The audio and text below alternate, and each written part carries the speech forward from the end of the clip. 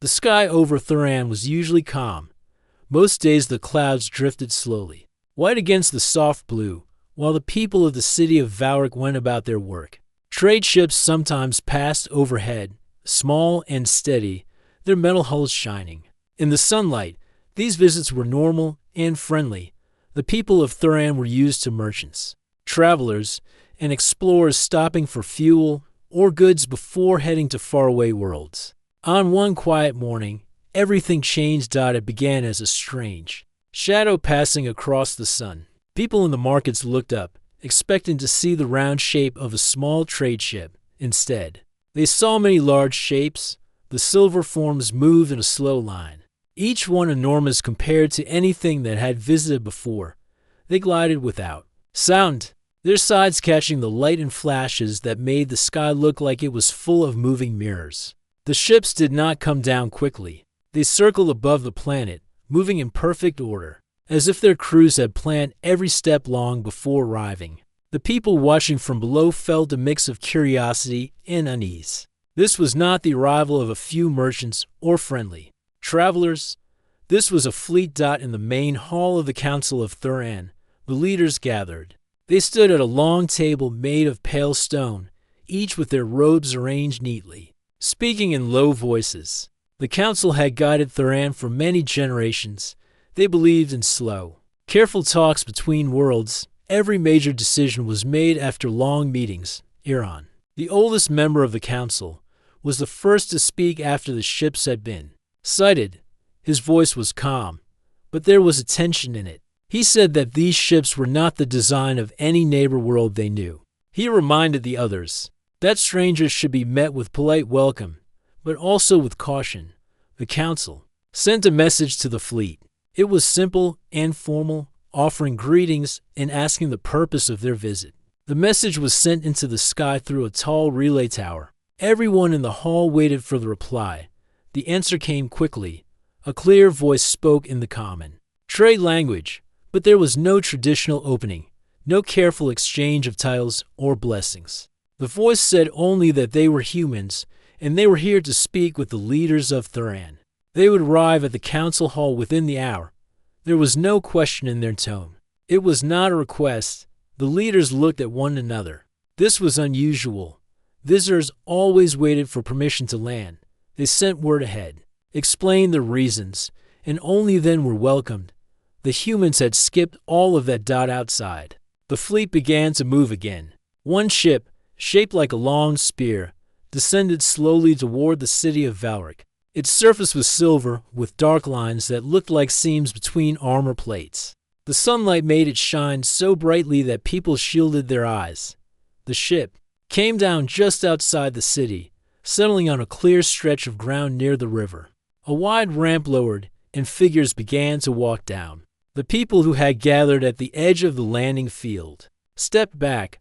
The humans walked in perfect step, their movements strong and sure. At the front was a tall woman with short dark hair and a calm expression. She wore a plain coat of dark blue with silver lines at the shoulders. Her steps were steady, her gaze moving across the crowd as if she was already measuring the place and the people. This woman was Mara, leader of the human fleet. When she reached the council hall, she was welcomed inside without delay. The council members rose from their seats. Iran gave a short bow and spoke the formal greeting of Thuran. Mara did not bow in return. She nodded once and began to speak. Her words were clear and carried through the high chamber. She said the humans had come not to ask for entry into the affairs of Thuran, but to declare a new order in this part of space. They had formed an alliance of worlds that believed in action instead of endless waiting. This alliance was open to any world willing to join, but it would not slow down for those who hesitated. Iran frowned slightly. He asked if the humans understood that Thuran was part of the greater Council of Worlds, a group that had maintained peace for many decades. He explained that decisions among the council's members took time because every voice was heard. Mara's reply was swift. She said that while every voice might be heard in the council, too often no choice was made until it was too late. She gave examples of disputes between worlds that had been left unresolved for years. While the council debated, She spoke of opportunities for trade and growth that had been lost. Because no decision had been reached in time, the council chamber grew quiet. Some members were unsettled by her direct way of speaking, but others found themselves listening more closely. Mara did not raise her voice. She spoke as if each word was part of a plan already set in motion. When she finished, she looked around the table and said that Thuran could choose to join the Human Alliance now and share in its progress, or it could remain apart and risk being left behind. She gave no sign of anger or threat. It was simply the way she saw the future. After she spoke, the room was still. Iran thanked her for her words and said the council would discuss them in private. Mara nodded once and left the chamber with her people. Outside, the sun was setting. The silver fleet shone like pieces of fire in the fading light. In the markets and on the streets, people talked about the humans. Some admired their confidence. Others whispered that they were too bold. No one could ignore them. High above, the other human ships stayed in their slow orbit, moving like watchful eyes over the world. The Council of Thuran now faced a choice unlike any they had ever known. The humans had not asked for permission to enter their skies, and it seemed clear they would not ask for permission to change the way the galaxy worked. The people of Thuran had always believed in calm talks and careful steps, but now a new voice had entered their world, a voice that spoke of speed, certainty, and change. It was a voice that could not be unheard, and its arrival marked the beginning of a path that would shape every world it touched. The night after Mara's visit to the council hall, the city of Valric was restless. Lights stayed on in the windows of tall buildings long after the markets closed. Groups gathered on street corners, speaking in low voices about what had happened. The silver fleet still shone faintly in the sky, lit by the soft glow of Thuran's moons.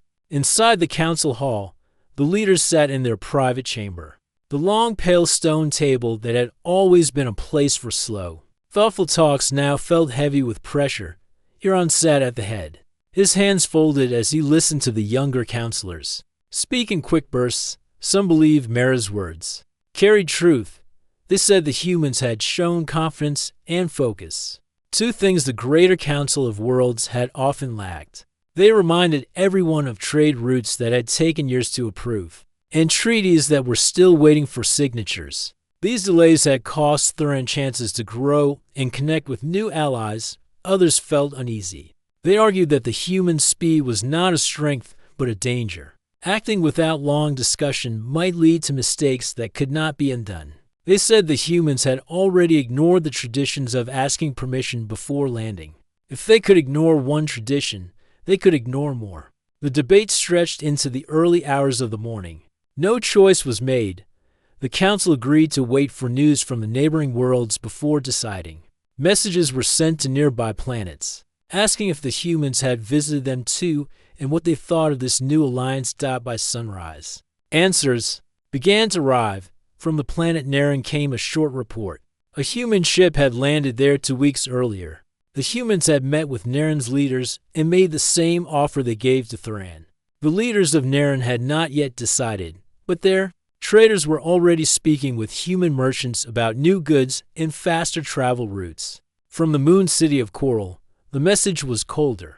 They had refused the humans' offer and asked them to leave. The humans had done so without argument, but they had left behind a promise. They said they would not wait forever for Coral to change its mind. The most troubling reply came from the planet Vunari. The Vunari were one of the oldest species in this part of space, known for their deep knowledge and cautious ways. Their message warned that the humans were moving too fast. They said that the pace of their expansion would disrupt the balance of peace. They called for a meeting of all members of the Greater Council of Worlds to discuss how to respond. While the Council of Thuran read these messages, a crowd began to gather outside.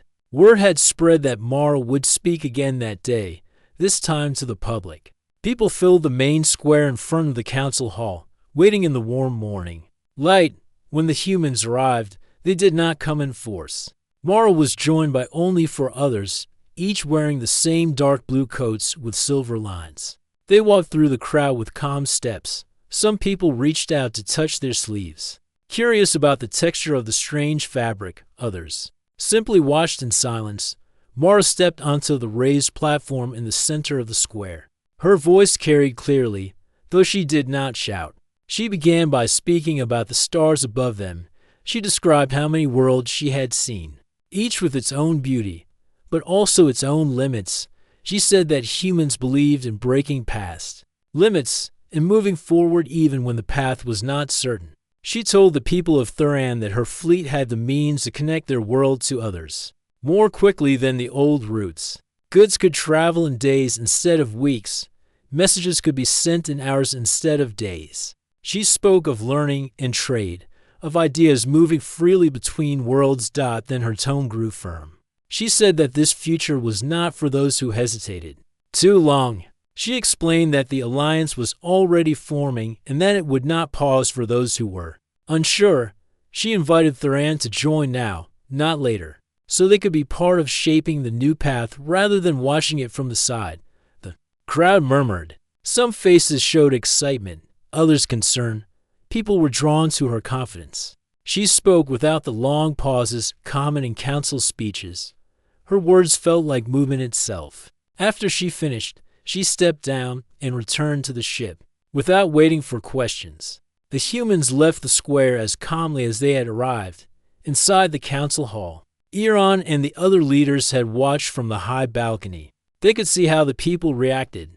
The council had always been careful to keep the public steady, avoiding sudden changes. But now a new voice was speaking directly to the people, and it was a voice that promised more than careful steps could ever offer. Across the city that night, conversations filled every room. Merchants spoke of new trade deals. Young travelers dreamed of visiting other worlds more quickly. Farmers wondered if human technology could improve their harvests. At the same time, older citizens and cautious thinkers spoke of risks. They feared that moving too quickly might invite trouble from other powers in the galaxy. Far away, the Vunari leaders sent out another message. They called for all members of the Greater Council to meet in the Grand Chamber of Vunari Prime. There, words were measured but firm. They said the humans' approach was a test for every world, and that failing this test could bring years of unrest. In the days that followed, more human ships arrived in nearby systems. Some worlds welcomed them, others refused to meet with them at all. The galaxy was beginning to divide into two clear sides: those who saw the humans as a new strength, and those who saw them as a threat to the balance. On Thuran, the council continued to meet daily, but no decision came. Each day the people grew more curious about what joining the humans could bring. Each day the Silver Fleet stayed in orbit, a constant reminder that the choice would not wait forever. The quiet pace of life that had shaped Thuran for generations was still there, but under its surface a new energy was building. It was not chaos, but it was not peace either. It was the feeling of a world standing at the edge of change, knowing that one step forward would lead to something entirely new. And above them, in the cold light of the stars, the humans waited.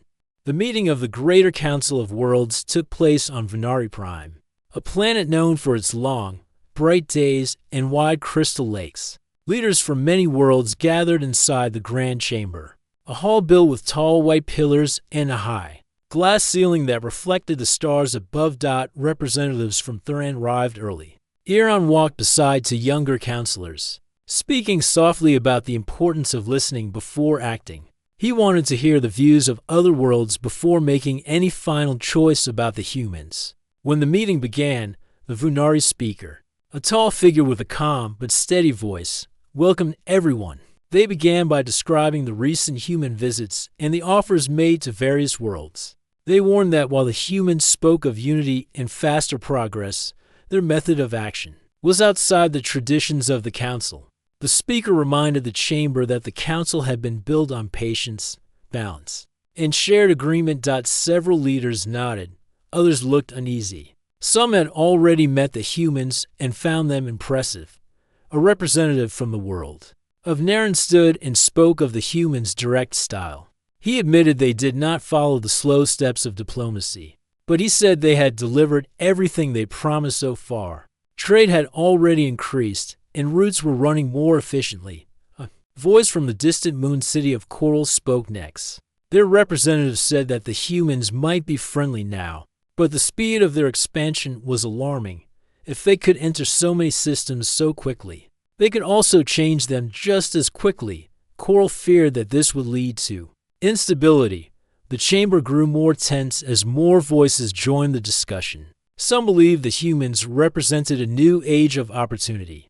Others believed they would upset the careful structure of the galaxy. Meanwhile, above Thuran, the human fleet remained in orbit. They did not interfere with the Council's travel to Venari Prime, but they did send a brief message to the Thuran leaders. Mara wrote that she respected their decision to attend the Council meeting, but she reminded them that her alliance would not pause for long debates. She said the galaxy was moving forward and those who wished to be part of its future needed to choose soon. On Venari Prime, as the debate stretched into the evening, Iran noticed something important. The humans were not even present in the chamber, yet they were shaping the discussion. Every speech, whether for or against them, gave more attention to their cause. They had made themselves impossible to ignore. By the end of the first day, the Council had not reached agreement. The Venari proposed that all members temporarily limit human activities in their systems until further talks could be held. This suggestion itself divided the chamber. Some worlds agreed immediately, seeing it as a safe step. Others refused, saying that the humans had already brought benefits and should not be restricted without reason. While the Council argued, a quiet change was happening in the outer trade lanes. Small human scout ships were visiting worlds that were not part of the Council at all. These worlds, often overlooked, were quick to accept the humans' offers. They saw no reason to wait for distant politicians to decide their fate. Back on Thuran, the people were growing restless. The markets were full of merchants from nearby systems who had already begun trading with human ships. New goods appeared on stalls, their designs unlike anything the people had seen before. These items were simple tools, fabrics, and small devices, but they were made with a precision that impressed local craftsmen.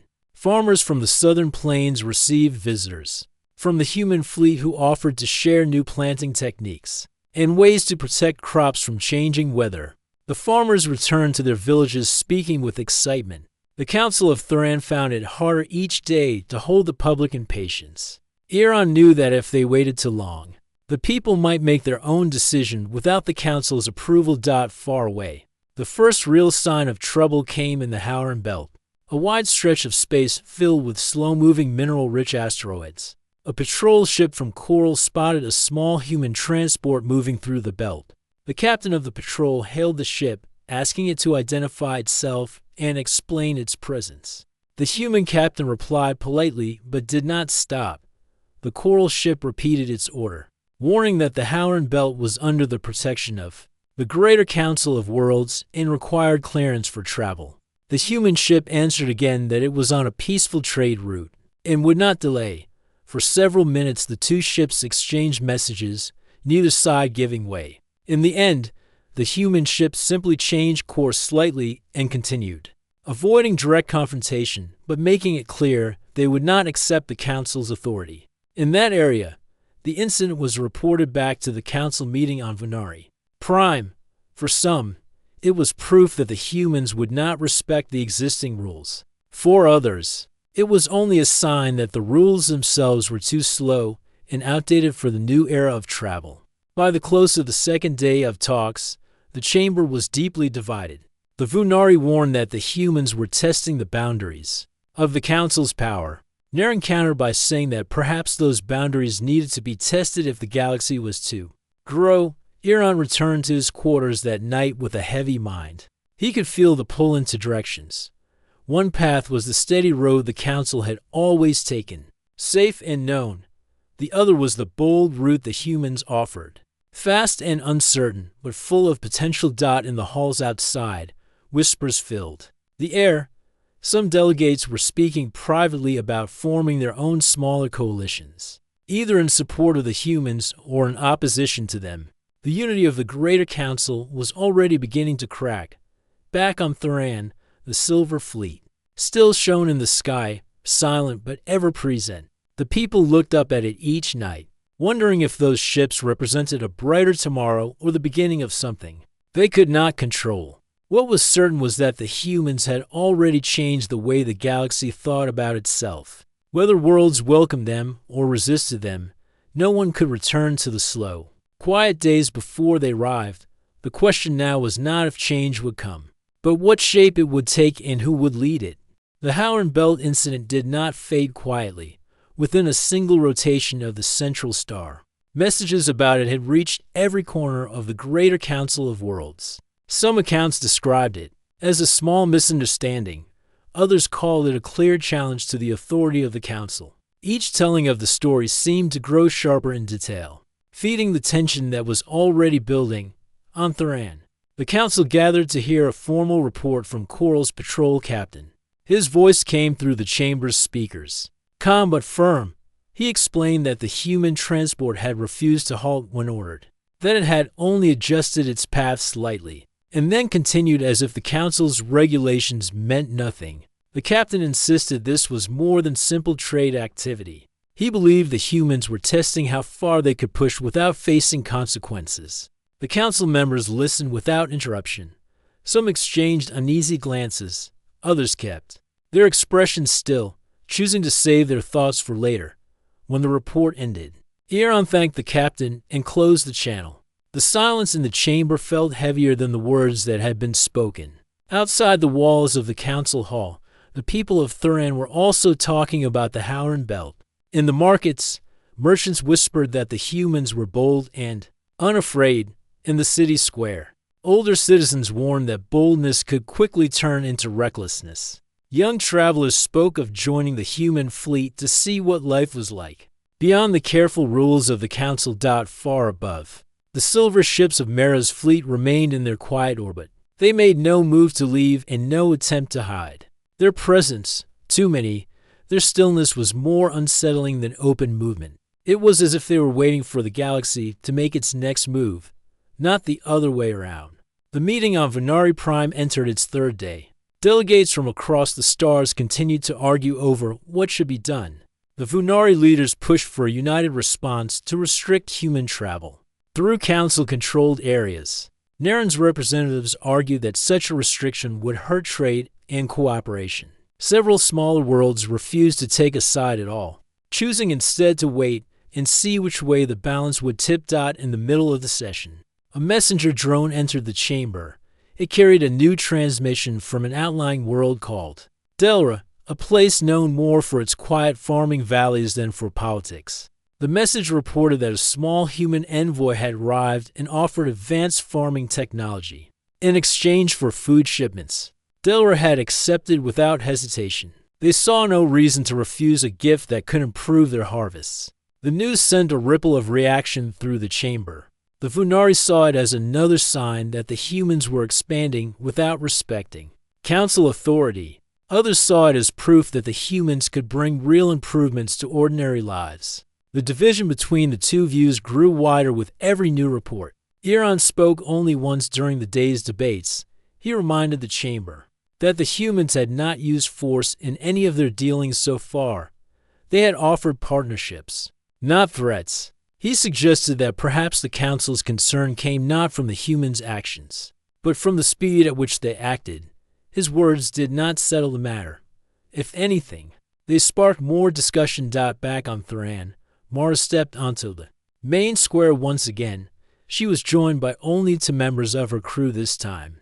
The crowd gathered quickly. She spoke of the Howard Belt incident as if it were a small matter, saying that her fleet's purpose was to move forward, not to pause for endless checks. She assured the people that trade and cooperation were her only goals. Her calm voice carried across the square, and many listened with interest. But among the crowd, there were also watchers from the council, noting every word. Mara's ability to speak directly to the people without going through the council was changing the balance of influence on THURAN. In the outer systems, rumors began to spread. Some said the humans were building secret alliances with non-council worlds. Others claimed they were mapping hidden routes through the stars, routes that would allow them to move without being tracked. None of these stories could be proven, but they traveled quickly. carried by traders and travelers who had seen the human ships with their own eyes. The tension reached a new point when a group of small trading colonies in the Yara Fringe announced that they had joined the Human Alliance. These colonies were not part of the Greater Council and had long felt ignored by its central worlds. For them, the humans offered a chance to be part of something larger without waiting for recognition from distant leaders. The Vunari saw this as dangerous. They warned that if more independent worlds joined the humans, the Council's influence would shrink. They called for a formal vote to limit human contact with Council members until a binding agreement could be made. The vote was set for the next day.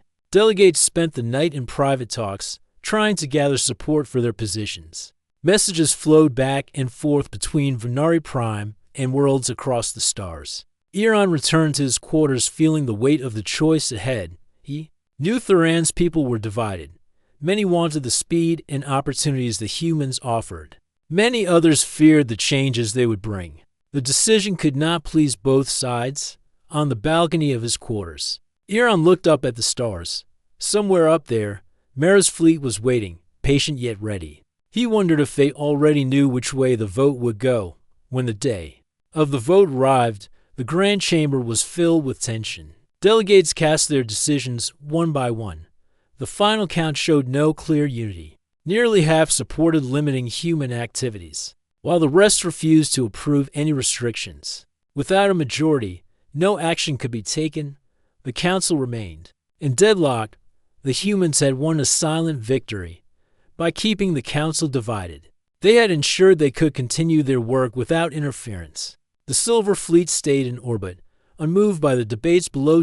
In the streets of Thuran, people sensed that something important had shifted. The galaxy was no longer balanced on old rules alone. New forces were at play, and the sparks in the void were growing brighter, hinting at a fire that might soon spread far beyond the Howran Belt.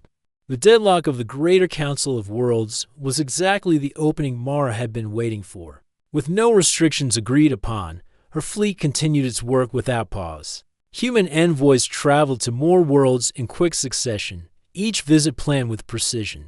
They spoke directly to leaders, merchants, and citizens, offering the same clear choice: join the Alliance now and move forward together, or remain apart and watch the galaxy change without them. In the spaceports of Thuran, human ships began to dock more often. They unloaded goods that drew immediate attention, fabrics that resisted weather, portable machines that could repair themselves, containers that kept food fresh for far longer than local designs. Merchants competed to secure trade agreements, eager to bring these items to market. The Council of Thuran noticed the change. Meetings grew longer and more tense. Iran could see that every day the humans were becoming a more natural presence. On the planet, they spoke with farmers, engineers, students, and traders. They held open talks in public squares, answering questions directly and without delay. Mara moved with a steady rhythm. She never pressured a single leader for an instant decision. Instead, she made the Alliance's benefits visible to the people. A farming village would receive improved tools. A school would receive new learning devices. A market would receive unique goods from faraway worlds already in the Alliance. These gestures were simple but powerful. In many ways, the humans were bypassing the formal channels of politics. They worked directly with communities, creating support from the ground up. By the time local leaders discussed the Alliance, they found that their citizens already viewed it positively. Far away, not all worlds reacted with such openness. On Coral, the incident in the Howran Belt had left deep mistrust. Their council sent out warnings to nearby systems, urging them to limit human contact. The Vunari responded by inviting Coral to join them in forming a defensive agreement. Against the growing influence of the Alliance, the defensive agreement was not a declaration of war. It promised only that member worlds would share information about human activities, coordinate patrols, and resist any sudden changes to trade routes. Still, its creation was a sign that lines were being drawn. In the middle of this rising tension, a message arrived on Thuran from a small colony called Lura Station. Positioned between several trade routes, Lura had been struggling for years. to maintain its supply chains. The humans had offered them full membership in the alliance, promising to make Lura a central stop on the new routes they were building. Lura accepted without hesitation. The news reached the Council of Thuran during a late meeting. Some members saw it as proof that the humans were building a stronger network by the week. Others argued that Lura was not part of the council and had the right to choose freely. Iran listened quietly, aware that every decision made by other worlds was slowly shaping Thuran's own path. Meanwhile, the streets of Valak felt different.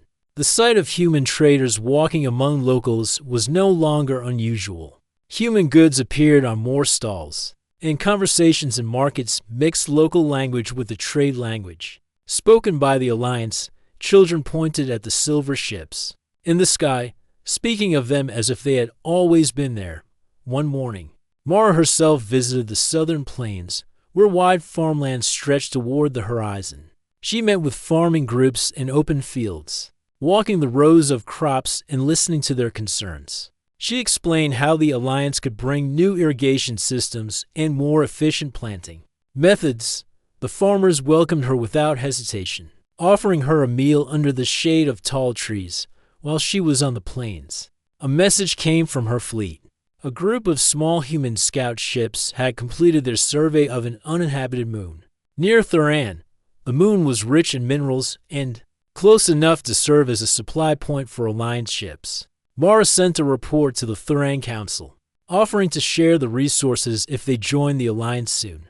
The offer stirred fresh debate in the council hall. Access to the moon's minerals could boost Thuran's economy, but accepting it might be seen as a public step toward joining the Alliance. Some members worried that such a move would push them into direct conflict with the Vunari and their allies across the galaxy. Reports of human activity increased. In the Yara Fringe, several trading colonies announced they would work together under the Alliance's guidance. On the distant world of Ravel, local leaders signed a direct agreement with the humans, granting them use of their spaceports in exchange for medical technology. For every agreement reached, an equal number of warnings came from the Vunari network. They claimed that humans were building a parallel system of governance that could one day replace the Council. Their messages urged patience and unity against what they saw as a rapid and untested experiment. On Thuran, these competing messages reached the public. Some citizens sided with the Vunari view, saying that old structures should not be replaced so quickly. Others argued that the Alliance was already proving its worth, and it was better to be part of it from the beginning. One evening, Iran walked through the city without the formal robes of his office. He wanted to hear what people were saying when they spoke freely in the market. He heard traders discuss the faster shipping routes promised by the humans. In a small tea shop, he overheard a group of students debating whether joining the Alliance would mean more opportunities to study on other worlds. Iran returned to the council hall with a clearer sense of the change happening outside its walls. The decision about joining the Alliance was no longer only in the hands of the leaders. Public opinion was moving quickly, and once it reached a certain point, the Council's choice would be more a confirmation than a decision. Mara understood this as well when she next addressed the people of Thuran from the city square. She spoke not of politics, but of futures. She described a galaxy connected by swift trade, shared knowledge, and mutual aid. She ended by saying that those who acted now would help shape that future, while those who waited would have to adapt to choices made by others. Her words spread across the planet in hours, carried by personal messages, market conversations, and local broadcasts. Support for the Alliance grew steadily, even as the Vunari and their allies sent new warnings. The push forward was no longer just about human ships in the sky. It was about the idea that progress could move faster than tradition, and that those ready to act would lead the way. The question was how many more worlds would follow before the balance of power shifted beyond the point of return. And high above Thuran, the Silver Fleet stayed in place, steady and watchful, as if it could already see that the turning point was close. The calm before the storm was unlike anything the galaxy had seen for centuries. The Greater Council of Worlds, once united by centuries of shared decisions, now stood fractured. The human alliance had grown stronger each day, while the old powers scrambled to hold their ground. On Thuran, Iran watched the tension build with a growing sense of urgency. The city's skies were still dotted by the silver ships of the human fleet, silent but impossible to ignore. Every conversation in the markets, every meeting in the council hall, was now influenced by the knowledge that change was no longer a distant possibility, but an urgent reality. The council had called an emergency session on Venari Prime. The delegates arrived from their worlds, some weary from long travels, others determined to make their final stand. The agenda was clear: find a way to stop the human alliance from expanding further, or prepare for the consequences. The Venari leader opened the meeting with a strong warning. If the humans continue unchecked, the council's authority will dissolve. We must act now to preserve peace through strength. But not all agreed. The Naren delegate, calm and steady, replied, "Strength without unity is weakness. We must find a way to include the humans in our future, or risk losing the galaxy to division and conflict." Voices rose, sharp and urgent. Some called for immediate sanctions on all worlds working with the humans. Others warned that such actions could spark open conflict, a war that none wished but all feared. Back on Thuran, Mar received reports that several systems near the border of Council space had declared their loyalty to the human alliance. These were not worlds of great power but important in numbers. Their decisions were shaping a new map of influence, one that was slowly redrawing the galaxy's lines.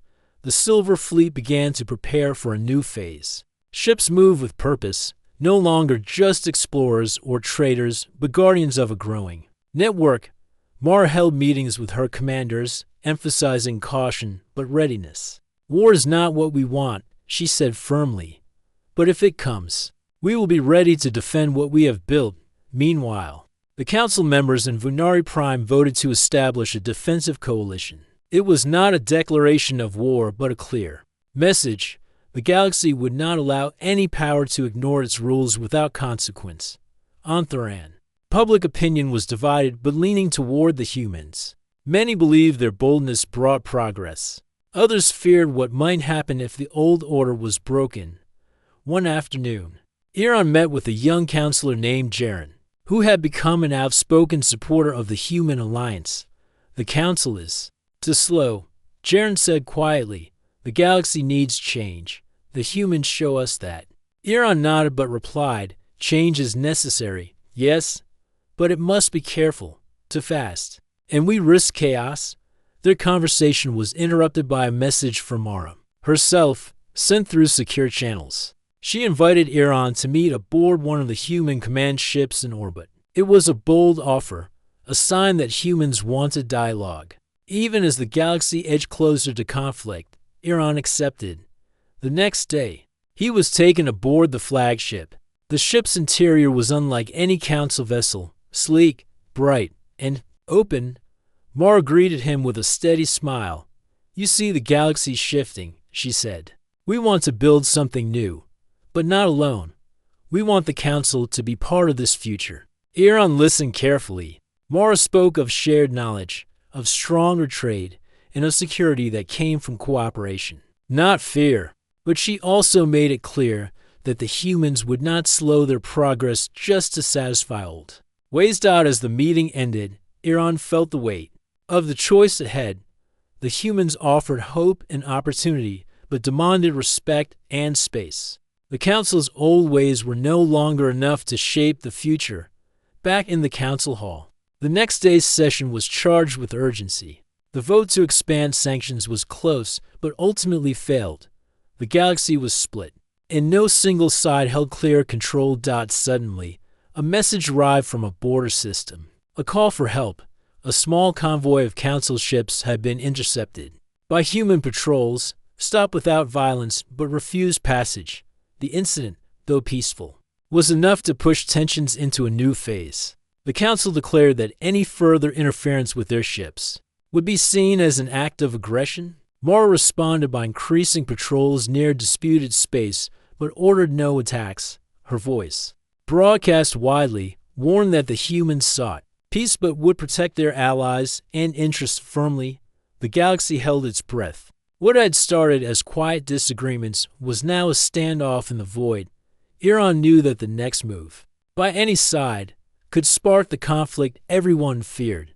Yet beneath the tension, he believed that conversation and understanding were still possible. He returned to his home city, looking once more at the silver ships hanging in the sky. They were a reminder that the future was uncertain, and that the path to peace would require courage from all who wished to walk it. The galaxy held its breath as the tension that had built for months reached its breaking point. The standoff between the Greater Council of Worlds and the Human Alliance stretched across star systems. But instead of open war, something unexpected began to take shape. Iran stood on the balcony of the council hall on Thuran, watching the stars. The silver ships of the human fleet hovered quietly above, a constant reminder of the fragile peace. He thought of the many meetings, the debates, and the moments when it seemed conflict was inevitable. Then came the message. Mara, the human fleet leader, sent an invitation to the council for a final meeting, not a battle or threat, but a call to talk. She proposed a summit on neutral ground, a place far from the pressures of politics and fear. The council debated fiercely. Many wanted to refuse, believing the humans could not be trusted. Others saw the invitation as a chance to prevent disaster. After long hours, the decision was made to accept. The summit was set on Arlen, a planet known for its natural beauty in history as a place of peace. Delegates from the council and the Human Alliance gathered under the wide-open skies, leaving behind uniforms and formal robes for simple clothes. Mara greeted the council members personally, her calm presence easing the tension. Iran felt a strange hope stirring as they sat together in a large circle on the grass, surrounded by tall trees and the soft hum of the wind. The talks began slowly, each side sharing their hopes and fears. The council spoke of their desire to maintain order and protect smaller worlds. The humans shared their vision of progress and unity through action. As the hours passed, the walls of suspicion began to fall. Both sides realized that their fears were often shaped by misunderstandings. The humans had not come to conquer, but to build. The council had not sought to crush progress, but to protect peace. Together, they started to draft a new agreement. It recognized the Human Alliance as a partner, not a threat. It created a council within the council, giving new voices a place at the table. It promised that progress would come with respect for all worlds, big and small. Outside the talks, the people of Arlen watched with cautious optimism. Citizens from many planets had gathered to see what their leaders would decide. For the first time in a long while, hope seemed possible. When the agreement was signed, it was not a victory for one side, but a new beginning for all. The human fleet lowered its patrols, and the council opened new channels of communication. Trade routes were expanded, and joint missions were planned to explore and protect the galaxy. Iran returned to Thuran with a renewed sense of purpose. He spoke to the council and the people about the strength found in cooperation and trust. The silver ships, once symbols of tension, now represented a shared future. Mara and her commanders continued to work closely with the council, building relationships that would last for generations. The galaxy was far from perfect, but the spark of unity had been lit in the years that followed. The story of the humans who did not seek permission, but demanded obedience and ignited war was told, not as a tale of conflict, but as a lesson. It showed how courage and conviction could challenge old ways and open the door to something better. The stars shone brighter, and the galaxy moved forward together.